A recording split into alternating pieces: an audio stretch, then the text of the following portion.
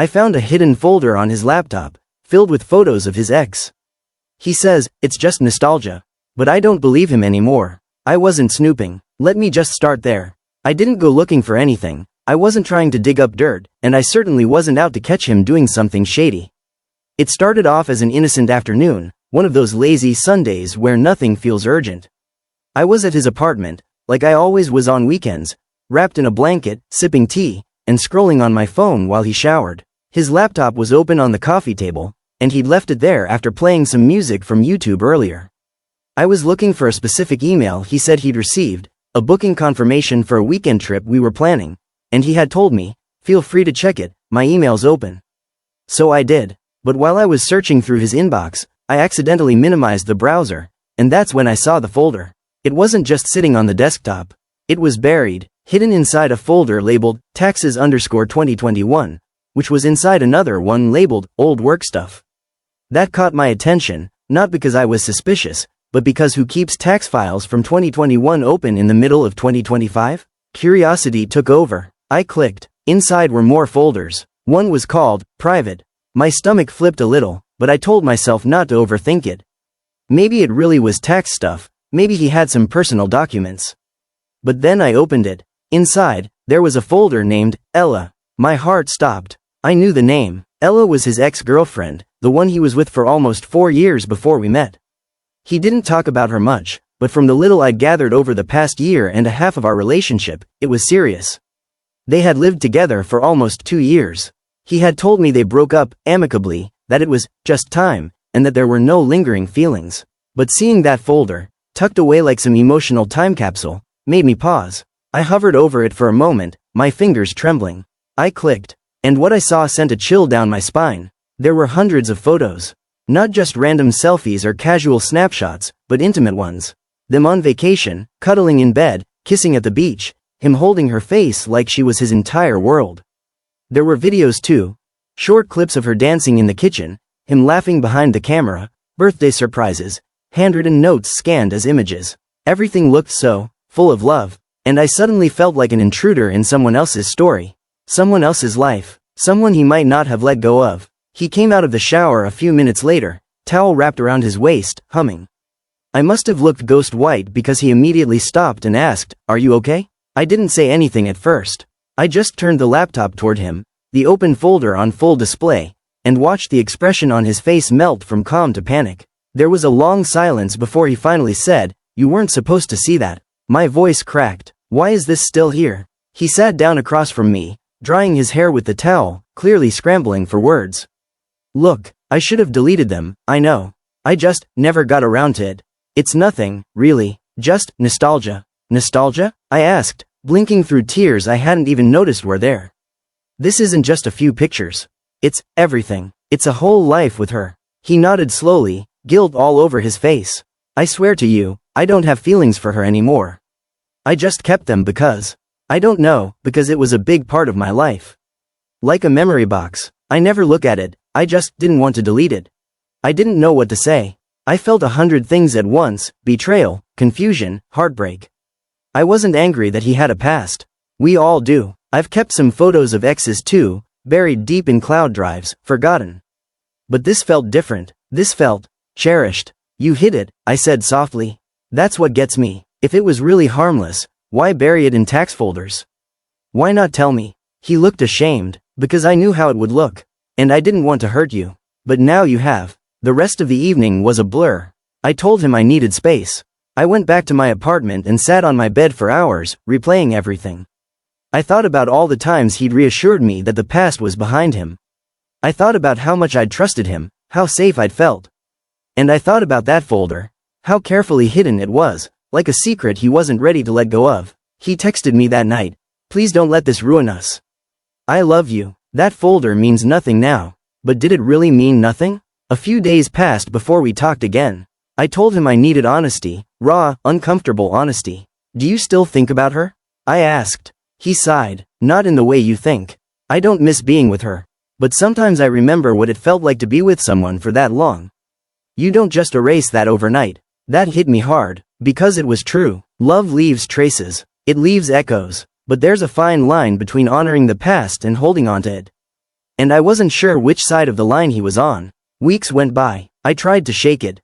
Tried to focus on the now, on us. He made an effort. He deleted the folder while I watched, reassured me over and over again, even suggested couples therapy, if it helps rebuild trust. But something had changed. A wall had gone up inside me. I couldn't unsee those photos. I couldn't unfeel that sense of being second to a memory. One night, I confessed, it's not just about the folder. It's about what it symbolizes. You had a whole life with her. A deep, long love. And I'm scared I'm just the rebound, the afterthought. He held my hand and said something I'll never forget. You're not a rebound. You're the restart, the one that made me believe I could love again. And I don't want to mess that up. It was the right thing to say. But words only go so far. It's been 3 months since that night. We're still together, but things aren't the same. I still flinch when I see him on his laptop. I still wonder what else might be buried. And though he's done all the right things since, I can't help but feel like I'm living in the shadow of a ghost. Maybe I'm overthinking. Maybe I'm insecure. Or maybe I'm just finally realizing that love isn't just about what we build, it's about what we're willing to let go of. And I'm not sure he ever really let her go. Over the next few weeks, I found myself drifting in and out of emotional clarity. Some days I felt close to him again, like maybe I had overreacted, maybe the past is just the past and we all have one. Other days, I would lie awake at night, staring at the ceiling, haunted by the images I saw in that folder. It wasn't just the fact that he kept them, it was how he had preserved them, like a digital shrine to a love that, in my mind, should have been put to rest long ago. Every kiss, every note, every smile frozen in time, it all suggested more than just nostalgia. It looked like longing, like grief, like he couldn't quite bury that part of his life, no matter how many times he told me he had. One night, I brought it up again. I know I probably shouldn't have. We had already talked about it, already agreed to move forward, but it was eating me from the inside. I had to know more. Was there ever a time, I asked quietly as we lay in bed, when you thought she was the one? The room went silent. His hand tightened slightly around mine, and he answered in a whisper. Yeah, I thought so. I turned away to hide the tears brimming in my eyes. I wasn't asking to hurt myself. I wanted truth, but the truth doesn't always bring peace. Sometimes it just confirms the very thing you're afraid of. I started noticing little things. Things I wouldn't have cared about before. He still followed her sister on Instagram. He never blocked Ella, though he claimed they didn't talk anymore. Her old mug was still in the kitchen cabinet. It's just a cup, he'd said when I pointed it out. It's just stuff I forgot was there. But I hadn't forgotten. I remembered everything now. Every trace, every ghost left behind. I started wondering how many other parts of her still lived in this apartment, and how much space I truly occupied here, not just physically, but emotionally. I began to question myself more than him. Was I being insecure? Was I asking too much, to be loved without comparison, to not feel like I'm competing with a memory? But every time I tried to suppress the doubt, it returned stronger. I wanted to be enough for him. I wanted to believe I was. But I had seen what it looked like when he loved someone deeply. And despite all his reassurances, I never saw myself reflected in those kinds of images. We hadn't built that kind of history yet. And now, with this shadow hanging over us, I wasn't sure we ever would. The breaking point came on a quiet Tuesday evening. We were having dinner, Chinese takeout and cheap wine. He was talking about something that happened at work, and I was half listening, half lost in my own thoughts. I don't know what possessed me to say it, but suddenly, the words were out. I think we need to take a break. He froze mid-bite. The silence that followed felt heavier than anything we had shared before. A break? He repeated, almost like he couldn't believe what he was hearing. You said we were past this.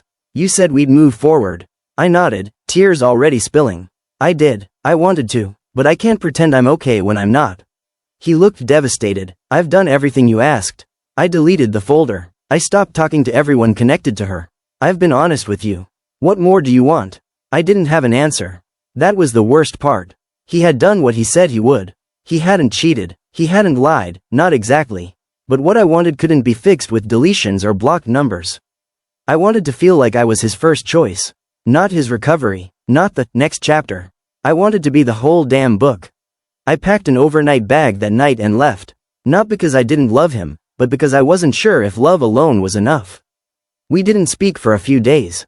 I turned off my phone, stayed at a friend's house, and tried to clear my head. Everywhere I looked, I saw couples, smiling, laughing, moving forward without the weight of someone else's love haunting their present. I envied them. I envied anyone who didn't have to wonder if they were living in a space that once belonged to someone else's forever. When I finally turned my phone back on, there were messages. Lots of them, some long, some short, some angry, some pleading. But one stuck with me more than the others. It said, asterisk, you never asked me what that relationship did to me. You just assumed I was still in love. But maybe I kept those memories because I didn't know how else to process the pain. Not because I wanted her back, but because I never let myself grieve it properly, asterisk. That hit me like a wave. He wasn't just holding on, maybe he was hurting asterisk, too. But that didn't change what I needed. I needed clarity, closure, a future unshaped by someone else's past. We met a few days later at a park bench near the coffee shop where we had our first date. It was quiet, cloudy, the kind of day that feels like it's holding its breath. We sat in silence for a while before he finally spoke. I'm sorry I kept it from you. I didn't realize how much it would hurt you. I just thought, I don't know, it was safer hidden than confronted. I nodded, I get that, but hiding it only made me feel like I was living in someone else's shadow. He reached out, gently took my hand. You're not in her shadow. You're the one I want now. Not because you're the opposite of her. Not because I'm trying to forget her. But because being with you reminds me what it's like to be asterisk present. With someone who sees me, all of me, and still stays. I didn't say anything. I didn't know what to say. I just leaned my head on his shoulder, and for the first time in weeks, I let the quiet speak for me. We're still figuring things out. Healing isn't linear, and trust, once shaken, takes time to rebuild. But I've learned something valuable. Love isn't just about passion or history. It's about what we do when those things are tested. It's about the choice we make to stay, to try, to grow, even when it hurts. And sometimes, letting go of the past isn't about forgetting. It's about choosing to be here, fully, honestly, with the person who's still standing in front of you. I don't know what the future holds for us. Maybe we'll make it, maybe we won't. But I do know this. Love isn't just about what we feel, it's about what we're willing to face together. The truth, the pain, the uncomfortable shadows of the past. And while I can't promise I'll never doubt again, I can promise to be honest, with him, and with myself. Because real love isn't flawless. It's raw, complicated, and often messy. But if both people are willing to clean up the mess together, maybe that's what makes it worth it.